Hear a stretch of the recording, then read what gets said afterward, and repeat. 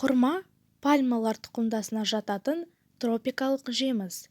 Тігінен 24 метр биіктікке дейін өсетін құрма пальмасы көбіне ыстық климатты аймақтарда өседі. Құрма өсіру шаруашылығымен көбіне Сауд Арабиясы, Ирак, Алжир, Мысыр, Судан сынды мемлекеттер айналысады. Аталық және аналық болып бөлінетін құрма ағашы ескі жапырақтарының түбімен бүртіктеліп, өріліп өседі. Төбе жағында әдемі шашақты жапырақтарының ұзындығы 5 метрге дейін жетеді. Құрма отырғызғаннан кейін 4-5 жылдан барып жеміс бере бастайды екен. Салмағы 8 келіге дейін жететін бір шоғырына 1000-нан аса жеміс бітеді. Әр ағашынан 40-80 келі жеміс алуға болады. Шамамен 150 жылға дейін өмір сүреді. Құрма қандай ауруларға ем? Медицинада құрманы бір күнде ең көп дегенде 5-еуін жеуге кеңес береді. Мысалы, Израильде жүргізілген зерттеуде құрма мен алма салыстырылған.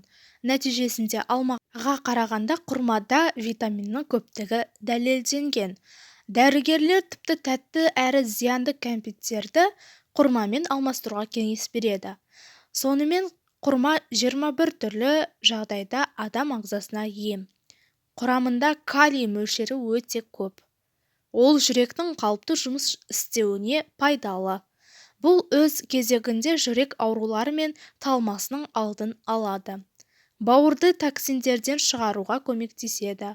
Сондай-ақ цирроздың пайда болу қатерін төмендетеді. Бауыр фиброзы белгілерін жеңілдетеді. Аш қарынға желінсе, ішектегі бауырдағы құрттарды өлтіреді. Құрма көз жанарының көру қабілетін жақсарта алады. Сәбіздегідей оның құрамында А дәруменінің мөлшері көп. Егер өзіңізді сергек әрі қуатты сезінгіңіз келсе, құрма жеп тұрыңыз.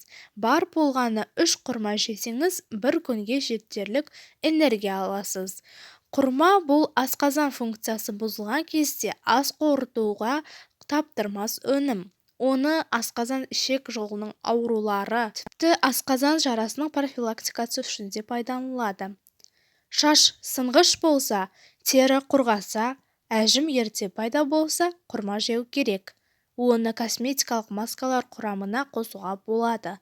Себебі құрмада йодтың мөлшері де көп.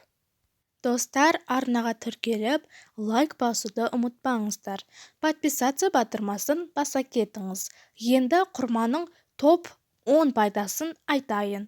Бірінші, құрма адамның асқа деген тәбетін жақсартып, жұмысқа деген қабілетін жақсартады. Екінші, фруктоза мен глюкозаға бай бұл жеміс жүйкені тыныштандырады, ұйқыны қалыпқа келтіреді.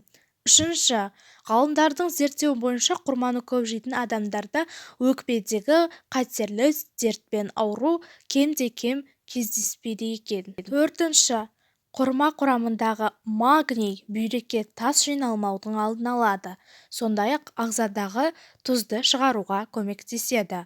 Бесінші, мәйегін жарақат алғанда немесе күйген жерге жақса, тез жазылады.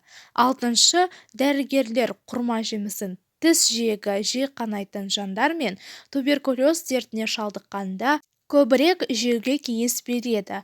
Жетінші, құрма йодқа бай. Қалқанша безінің қабынуымен ауырған кезде бұл жемісті жеу дертке дауа болады. Сегізінші, қаныңыз аз болса, бұл жемістің өзінен немесе жапырағынан шай жасап ішуіңізге де болады. Тоғызыншы, құрма құрамындағы моносахарид жүрек бұлшық еттеріне пайдалы. Оныншы, құрма құрамындағы А және С дәрумені иммунитетті. Құрма қасиетті Құранда аталған жемістердің бірі. Хазірет Мәриям Исаға алейхиуассаламға толғатып қатты қиналғанда Аллах тағала мейірім білдіріп, оған құрма жеуді әмір еткен. Бұл жайлы Мәриям сүресінде. Сөйтіп тұрғанда толғақ қысып, құрма ағашына барып сүйенуге итермеледі. Қап, бұрын өліп, ұмытылып кеткенімде болар еді, деді күйзеліп. Сол сәт періште төменнен былай деп дауыстады: «Жабырқама, Раббың асты жағыңнан бір арық жасады. Құрма бұтағын өзіңе қарай сілкіле, үстіңе жас құрмалар түссін. Содан іш, же, көзайым бол» делінген 23-26 аяттар. Тағы бір аятта құрманың өсуінде құдіреттің белгілерін көруге болатындығы баяндалған екен. Ол: «Көктен су түсірген де Аллах, кейіннен сол арқылы әртүрлі өсімдіктер шығардық. Ол өсімдіктен бір жас бұтақ, одан өсіп, бір-бірінің үстіне мінгескен дәндер, масақтар өндіреміз.